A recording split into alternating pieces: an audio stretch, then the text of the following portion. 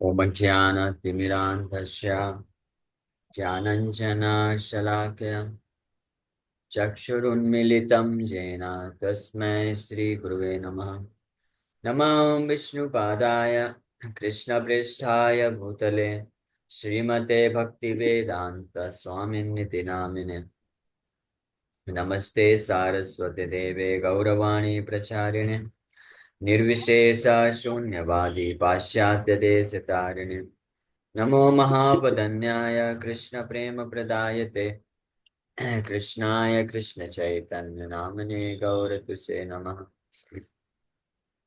जय श्री कृष्ण चैतन्य प्रभु नित्यानंद श्री अद्वैत गदाधर श्रीवासादि गौर भक्तवृंद। हरे कृष्णा कृष्ण कृष्ण हरे हरे, हरे राम राम राम हरे हरे। हरे कृष्ण। आप सभी भक्तों का हार्दिक स्वागत है आज के श्री हरिनाम चिंतामणि की चर्चा में। हम लोग चर्चा कर रहे थे इसका 7वां अध्याय हरिनाम चिंतामणि का। ये 7वां अध्याय चौथा नाम अपराध है। टू ब्लास्फेम द वैदिक लिटरेचर्स और literatures in pursuits of the वैदिक वर्जन। श्रुति शास्त्र निंदनम, वैदिक शास्त्रों का निंदा करना, ये एक चौथा नाम अपराध है।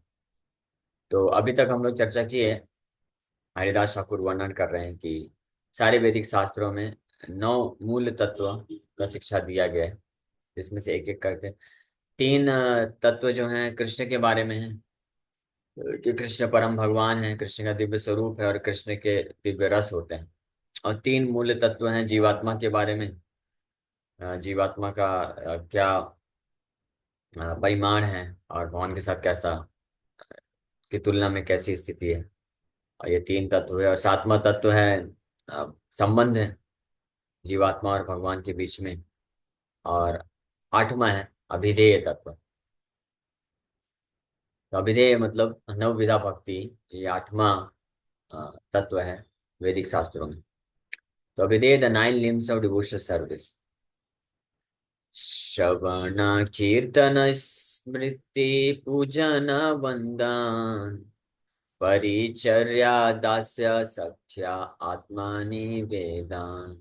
तीनों विधा भक्ति है, ये आपको मालूम है। श्रवणम कीर्तनम, स्मरणम, पूजनम और परिचर्या या पाद सेवनम भी बोलते हैं।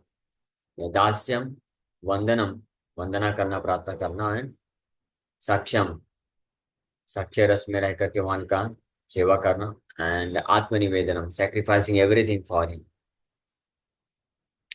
तो ये अभिधेय में, अभिधेय का ये अभिधेय तत्व में आता है। ये 8वां विषय वस्तु है वैदिक शास्त्रों का।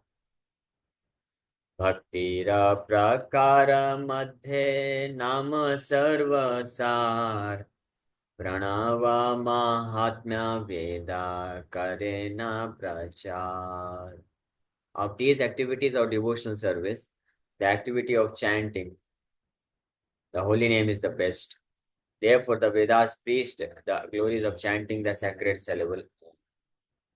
तीनों विधा भक्ति में से जो श्रवणम कीर्तनम है, भगवान के नाम का जप करना और कीर्तन करना, ये सर्वश्रेष्ठ बताया गया है।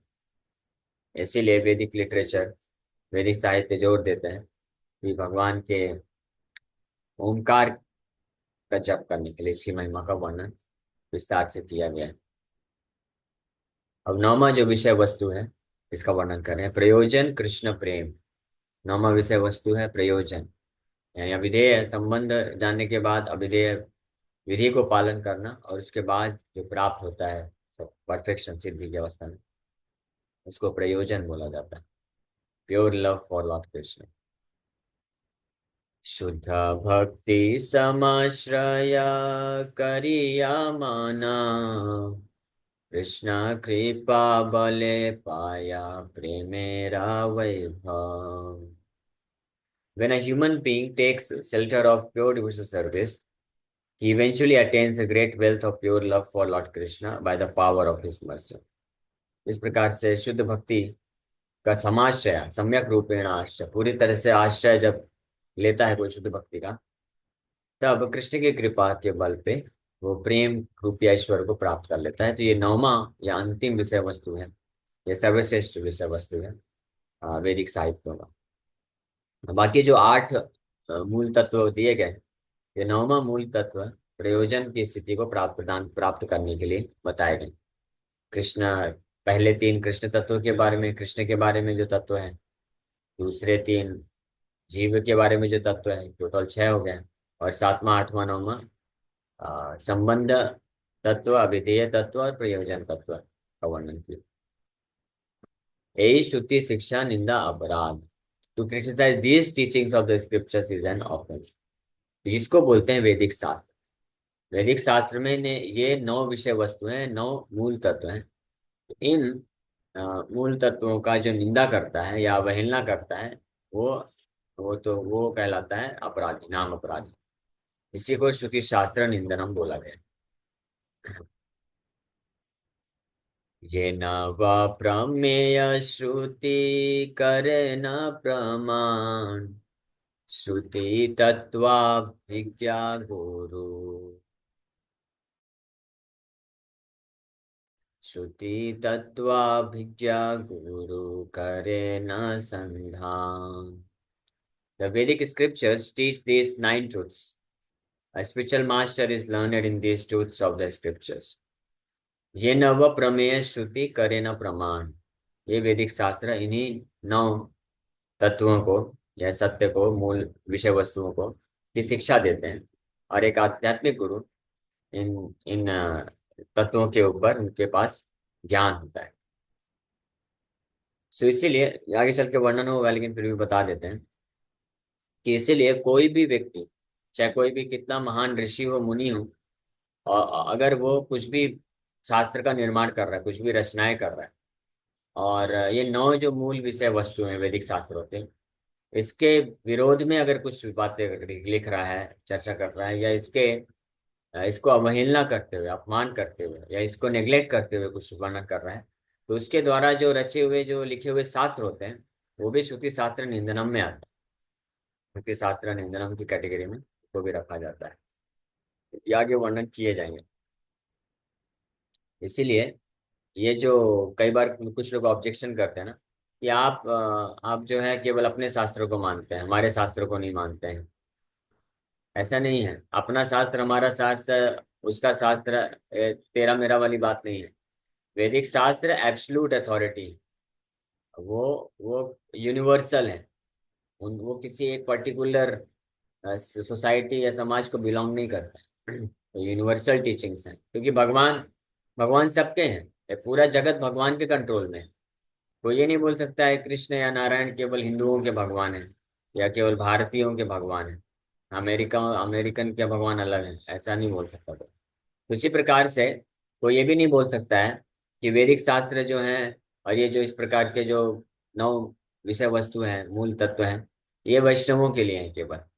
हाँ, हम वैष्णव नहीं हैं। हम लोग तो या तो हम शैवाइट हैं, या तो मायावादी हैं, या कर्मकांडी, हमारे लिए अलग शास्त्र है। तो ऐसा बोलना उचित नहीं। तो यहाँ तक कि जो कर्मकांडी शास्त्र भी हैं, वो भी इन 9 विषय वस्तुओं को ध्यान में रखते हुए रचना की गई। वेद व्यास जी की रचना की। लेकिन उनका लक्ष्य क्या है कि व्यक्ति को ये वैदिक शास्त्रों के जो मूल तत्व हैं, इस स्थिति तक लेके आना है। और इसमें भी 9 में से फाइनली 9th है, जो नाइन्थ वन है, प्रयोजन तत्व जिसको बोला गया है, कृष्ण के प्रति प्रेम को प्राप्त कर लेना। ये ultimate ultimate goal of life, ये हर जीवात्मा के लिए।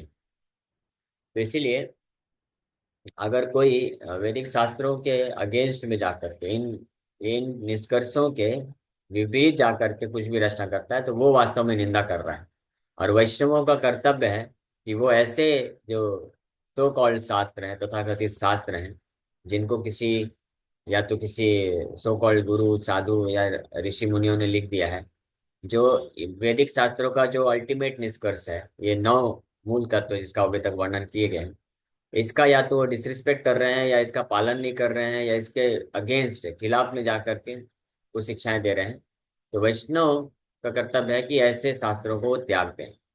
और ऐसे शास्त्रों को त्यागना कि वास्तव में नाम प्रभु के प्रति श्रद्धा है, और ऐसे शास्त्रों को स्वीकार कर लेना, ये वास्तव में ये श्रुति शास्त्र निंदनम हो जाएगा। क्योंकि वास्तविक श्रुति शास्त्र क्या है? जो हमको ये 9 विषय वस्तु सिखाते हैं, 9 मूल तत्व सिखाते हैं, तो उनके इस वास्तविक जो श्रुति शास्त्र है यानी वैदिक शास्त्र है, उनके प्रति निंदा हो जाएगा या अवहेलना, डिसरिस्पेक्ट हो जाएगा अगर कोई ऐसे शास्त्रों को स्वीकार कर लेता है जो वैदिक शास्त्रों के अगेंस्ट में जाकर के कार्य करते हैं। इसलिए ये बहुत, जिस प्रकार से जैसे उदाहरण के लिए कि गवर्नमेंट के खिलाफ किसको बोला जाता है, जो गवर्नमेंट की जो पॉलिसीज हैं उसके अगेंस्ट में, गवर्नमेंट के नियम कानून के विरोध में जा करके कोई कोई मान लीजिए संस्था बना दिया या कोई ऐसा ऑर्गेनाइजेशन बना रहा है और वो ऐसे कार्य कर रहा है जो गवर्नमेंट सरकार के नियम कानून के विरोध में है। तो वो संस्था, वो ऑर्गेनाइजेशन तो जो है क्रिमिनल कहलाएगा ही, टेररिस्ट कहलाएगा ही। लेकिन ऐसे सिटीजन, ऐसे नागरिक भी जो उस संस्था को, जो जा करके उस ऑर्गेनाइजेशन से जाकर जुड़ जाते हैं जो गवर्नमेंट के खिलाफ है, तो ऐसे सिटीजन्स को भी देशद्रोही माना जाएगा। तो इसलिए उसी प्रकार से ऐसे ऐसे ऋषि मुनि नहीं है वास्तव में। ऋषि मुनि तो वो होते हैं जो वैदिक शास्त्रों के अनुरूप शिक्षा प्रदान करते हैं, लेकिन ऐसे सो कॉल्ड गुरुज कई बार हो जाते हैं जो अपने शास्त्र लिख देते हैं जो कि भगवान नारायण, भगवान कृष्ण की शिक्षाओं के विपरीत है। कृष्ण को परम भगवान स्वीकार नहीं करते हैं और अल्टीमेट गोल ऑफ लाइफ, अंतिम लक्ष्य कृष्ण भक्ति को नहीं बताते हैं, और भगवान कृष्ण और भगवान की भक्ति को माया बोलते हैं। तो इस प्रकार के लोग जो है वास्तव में टेररिस्ट हैं, और उनका जो आश्रय लेते हैं वो लोग भी नाम अपराधी बन जाते हैं। इसका वर्णन अभी आगे और विस्तार से करने वाले हैं हरिदास। सो इसलिए ये नव प्रमेय श्रुति करे न प्रमाण, श्रुति तत्वाभिज्ञ गुरु करे न संतान। जो वास्तविक गुरु होते हैं, स्पिरिचुअल मास्टर, वो इन 9 विषय वस्तुओं के बारे में ज्ञान रखते हैं, उनको गुरु बोला जा सकता है, बोलते हैं। ये जो 9 मूल तत्व हैं, जो इसको बारे में ज्ञान नहीं रखते हैं, इसका शिक्षा नहीं देते, तो वो वास्तव में गुरु। जेहिना श्रुतिरजेयी करे विनिंदान, नामा अपराधी से नराधाम जान। So, anyone who criticizes the Vedic scriptures is an offender to the holy name. He is the lowest of men. तो तो जो भी इस प्रकार के श्रुति शास्त्रों का निंदा करते हैं, यानी श्रुति शास्त्र, वैदिक शास्त्र मतलब ये जो 9 मूल तत्व हैं, जो इनको स्वीकार नहीं करता है, इनका निंदा करता है, और भले भले ही बाहरी रूप से वो वेद पाठ करे, हाँ, 4 वेदों को भी पढ़े, जैसे आज के समय में कुछ हैं ये लोग, हाँ, जाकिर नायक हो गया जैसे भी, ये तो वैदिक शास्त्र पढ़ता है, 4 वेद पढ़ता है और स्वीकार करता है कि हाँ वेद है। लेकिन क्या करता है, ये 10 मूल तत्व जो हैं, और इसमें भी जो आखिरी है 9वां, कृष्ण के प्रति प्रेम भक्ति को, उसको नकार देता है और उसको स्वीकार नहीं करता है, उसका निंदा करता है। तो वास्तव में वो क्या कर रहा है, वैदिक शास्त्रों का निंदा कर रहा है, वैदिक शास्त्र पढ़ने। तो ऐसे ऐसे जो होते हैं, ऐसे लोगों को ऑफेंडर बोला गया है, दे आर नामा अपराधी, और इसलिए से ही नराधम। और इस प्रकार के लोग लोवेस्ट ऑफ मैन होते हैं, नराधमा।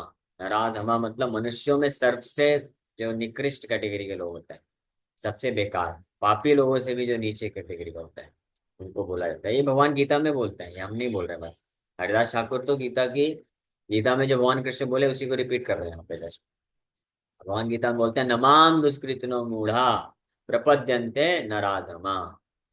जो नमाम दुष्कृतिनो मूढ़ा प्रपद्यन्ते, नामाम प्रपद्यन्ते मूढ़ा नराधमा। भगवान बोलते हैं कि जो नराधमा है और जो मूढ़ा है, माया परित्यक्त ज्ञाना है और असुर लोग, ये 4 कैटेगरी लोग मुझे कभी समर्पण नहीं करते हैं, मेरा हमेशा अवहेलना करते हैं। अवजानन्ति माम मूढ़ा मानुषम तनुमाश्रिता। ऐसे मूर्ख लोग वैदिक शास्त्र पढ़ते हैं, बहुत बड़ी बड़ी बातें करेंगे, बहुत सारे श्लोक कोट करेंगे, लेकिन मुझे क्या बोलते हैं कि मैंने मानुषम तनुमाश्रिता, वो बोलते हैं कि मैं मनुष्य का शरीर लेके आया हूँ। हाँ, परम भावम अजानन्तो मद मम भूत महेश्वरम। वो मेरे परम भाव को नहीं जानते हैं, मेरा परम स्वभाव है, उसके बारे में नहीं जानते हैं। अजानन्तो, कि मैं मम भूत महेश्वरा, मैं सारे जगत का महेश्वर हूँ, अल्टीमेट कंट्रोलर हूँ, इस बात को नहीं जानते हैं। और मुझे बोलते हैं कि मैं ये मनुष्य शरीर लेके आया हूँ। ऐसे लोग कौन है, अब जानते हैं, माँ मूढ़ा।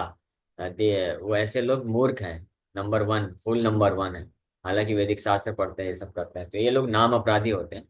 और भगवान ओपनली डिक्लेयर करते हैं कि ये विमूढ़ा है, फर्स्ट क्लास रास्कल है ये, और लोवेस्ट ऑफ मैनकाइंड, नराधमा है। नरों में अधम कैटेगरी के लोग हैं। इस प्रकार के लोग कभी भी नाम की कृपा को प्राप्त नहीं कर सकते हैं और हमेशा इस भौतिक संसार में फंसे रहते हैं। तो एक तो ये कैटेगरी हो गया जो डायरेक्ट इस प्रकार से निंदा करते हैं। वैदिक कंक्लूजन्स, वैदिक शास्त्रों का जो निष्कर्ष है, क्या निष्कर्ष है? नौ तत्व, नौ मूल तत्व जो है वास्तविक निष्कर्ष है, जिसका हम लोग चर्चा किया अभी। अब दूसरे कैटेगरी के जो नाम अपराधी होते हैं, ये चौथा नाम अपराध करते हैं, वो ऐसे होते हैं जो वेद विरुद्ध वाद समूह, the philosophies that oppose the Vedas, वैदिक शास्त्रों के सिद्धांतों का के विरोध जो सिद्धांत को प्रस्तुत करते हैं, इस कैटेगरी में ये लोग आते हैं। जैमिनी कपिल नग्न नास्तिक सुगत गौतम ये क्षय जन हेतु वादेर। Jaimini, pseudo Kapila, Nagna, Nastika, Sugata and Gautam are the six famous speculative thinkers. ये षट दर्शन प्रदान करने वाले ये छह ऋषि हुए, जो कि हालांकि बहुत महान है क्योंकि बहुत ही तपस्वी हुए ये और सिद्धियां प्राप्त किए हैं, तपस्या है, बहुत लर्नेड है, इनका शास्त्रों में इतना नाम है, और वेद व्यास जी के शिष्य हैं। लेकिन इन्होंने वेद व्यास जी वैदिक शास्त्रों के जो मूल शिक्षाएं हैं, मूल सिद्धांत है उसका, उसके विरोध में कुछ अलग अलग सिद्धांत प्रस्तुत किए हैं, इसलिए इनको भी इसी कैटेगरी में रखा गया। वेद माने मुखे तबु ईश नाही माने कर्मा कांड श्रेष्ठ बलि जैमिनी बखाने। अब एक एक करके ये छह जो ये महान ऋषि हुए हैं, इनका डिफेक्ट का वर्णन कर रहे हैं। ये हालांकि जैमिनी ऋषि के बारे में बता रहे हैं। In discussing philosophy they make no mention of God. Jaimini declares that the karma kanda part of the Vedas is the best. हालांकि बहुत सारे वैदिक शास्त्र पढ़ते हैं, मंत्र उच्चारण करते हैं, मंत्र इनको मालूम है, सब वेद मालूम है, और बहुत ही विस्तार से सिद्धांत का के ऊपर चर्चा भी करते हैं, लेकिन कभी कृष्ण के बारे में वर्णन नहीं करते हैं। और कर्म कांड है, जैमिनी ऋषि का जो है जो इसके शास्त्र है, उसमें कर्म कांड को ही वैदिक शास्त्रों का बेस्ट बताया गया है। याम इमाम पुष्पिताम वाचम प्रवदंती अवपश्चिता। अवपश्चिता मतलब भगवान बोल रहे हैं कि जो कम बुद्धिमान लोग हैं, वो इस प्रकार से वेदवाद रता पार्थ नान्यद अस्ति वादिना, वो बोलते हैं, वेदवाद रता व्यक्ति होते हैं ये, और वो बोलते हैं कि वैदिक शास्त्रों का और कोई उद्देश्य नहीं है, केवल इसको यज्ञ दान तपस्या ये सब करके कुछ भौतिक लाभ प्राप्त करना, यही एकमात्र उद्देश्य है, स्वर्ग इत्यादि लोगों को प्राप्त करना है। और इसलिए ऐसे लोग जो है भ्रमित होकर के इसके ऊपर ही चर्चा करते रहते हैं। ईश्वर असिद्ध कपिलेर कल्पनाय तबु योगा माने अर्थ बुझा नहीं आए। तो दूसरा जो हुए वो कपिल देव, ये कपिल देव अलग है, सूडो कपिल यहाँ पे बता रहे हैं। जो ओरिजिनल कपिल देव है, जो वास्तविक कपिल देव है, देवहूति पुत्र, भगवान के अवतार है, उन्होंने परफेक्ट फिलॉसफी दिया है, बिल्कुल सही सिद्धांत प्रस्तुत किए हैं वैदिक शास्त्रों का। ये नौ मूल तत्वों को स्पष्ट रूप प्रस्तुत किए हैं और भक्ति, शुद्ध भक्ति में फाइनली जो है कल्मिनेट करते हैं। लेकिन एक और कपिल हुआ, जो कि नास्तिक कपिल हुआ, इम्पोस्टर कपिल। तो वो क्या लिखते हैं कि imagines that the existence of God remains unproved. God's existence, of course, is proved, but pseudo Kapila has no power to understand that truth. तो सूडो कपिला जो है, हाँ, ये जो नास्तिक कपिल हुआ, तो इन्होंने भी सांख्य दर्शन प्रस्तुत किया। ओरिजिनल कपिल देव, देवहूति पुत्र, उन्होंने भी सांख्य दर्शन दिया, लेकिन वो अपने सांख्य दर्शन में भगवान कृष्ण को परम नियंता, परम भगवान के रूप में स्थापित करते हैं, और उनके प्रति शुद्ध भक्ति को ही अल्टीमेट गोल ऑफ लाइफ बताते हैं। लेकिन जो नास्तिक कपिल हुए, वो भी सांख्य दर्शन दिए, लेकिन अपने सांख्य दर्शन के द्वारा उन्होंने प्रूफ किया कि भगवान करके कोई व्यक्ति होता नहीं है, ये सब पूरा भौतिक ब्रह्मांड जो है एटॉमिक पार्टिकल से बना हुआ है, भौतिक तत्व, हाँ, मटेरियल एलिमेंट्स के द्वारा मैनिफेस्ट हुआ है। जैसे आज के जो नास्तिक वैज्ञानिक हैं, उन्होंने जो वो जो सिद्धांत दे रहे हैं, वैसे एक पहले के समय में, वैदिक समय में, एक नास्तिक कपिल हुए थे, जो नास्तिक वैज्ञानिकों की तरह इस प्रकार के सिद्धांत को प्रस्तुत किया। तो हालांकि भगवान अस्तित्व में है, ये प्रूफ हो किया जा चुका है सारे शास्त्रों में, लेकिन फिर भी जो नास्तिक कपिल हुआ, उसके पास इतना शक्ति नहीं है कि वो इन सब प्रूफ को समझ सके। अब तीसरा कैटेगरी बता रहे हैं, नग्न से तामस तंत्र कर विस्तार, वेदेरा विरुद्ध धर्मा कर ए प्रचार। Nagna wrote tantras filled with darkness and ignorance. He preached a philosophy that opposed the Vedas. तो यहाँ पे नग्न करके जो हुए नग्न ऋषि, तो इन्होंने तंत्र विद्या, तंत्र शास्त्र प्रदान की, जो कि तमोगुण और अंधकार में है। और ये वैदिक शास्त्रों की जो वास्तविक सिद्धांत है, वैदिक शास्त्रों के वास्तविक सिद्धांत को के विरोध में कार्य करता है ये भी। इसलिए इनको भी इस कैटेगरी में रखा गया। और नास्तिक, नास्तिक की कैटेगरी में चारवाक मुनि आते हैं। नास्तिका चारवाका काबू, वेदा नाही माने, सुगत बौद्धेराय का प्रकार बखाने। Gnostic or the atheist Charvak did not accept the Vedas authority.